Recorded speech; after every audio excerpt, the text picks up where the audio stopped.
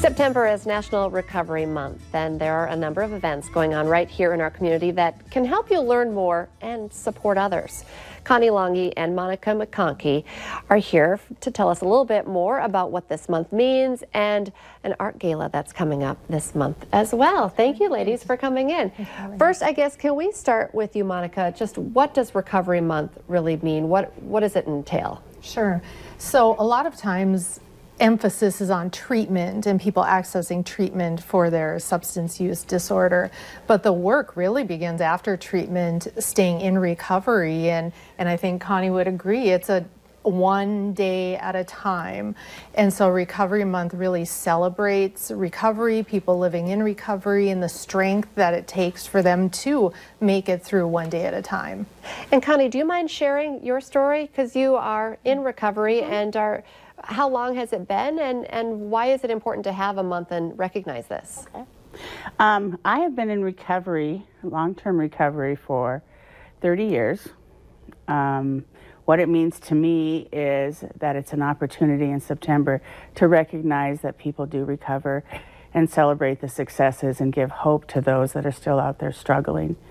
So there's a stigma still out there in our society that looks down upon addicts and alcoholics in our communities, you know, and hopefully that will change. It has started to change.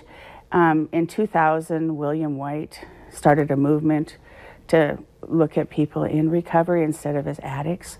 So that's our hope, is that people will start to recognize that this is an illness and people do recover. I like that. Kind of starting the conversation. How can people get involved or participate in events this month? Well, there are a number of events. Different treatment providers are having events. I think there's some 5Ks out there.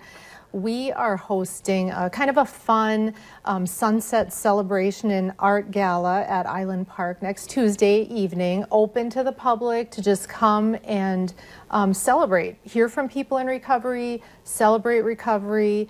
We'll have pieces of art on display at the stage at Island Park made by people living in recovery. There's going to be speakers and music as well. Who will be talking? Correct. We have Adam Martin, founder of the F5 Project, will be speaking. We have Jonathan Holth. He's the owner of the Toasted Frog restaurant. He's in recovery. Christy Goulet, she's a Native American gal. She'll be singing and sharing her story. Music Therapy in Motion will be providing live music. So a lot of exciting people involved, and there will be a lot of energy. We'll have a fun kind of a candlelight ceremony to just honor people living in recovery, those we've lost to substance use disorders. Maybe, Connie, you could expand on this. Is it nice to hear other people share their stories? Is there strength in numbers when it comes to you're not fighting alone to stay in recovery?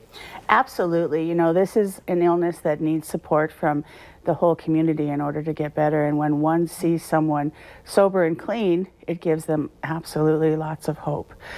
You know, I've seen people that have walked through our doors and worked with me and have shared that their families still think that it's a matter of willpower, that they should be able to just stop, and they don't understand the illness. So once they do get the family support and into recovery, things start to move along for them. So it's very important to have community support, family support.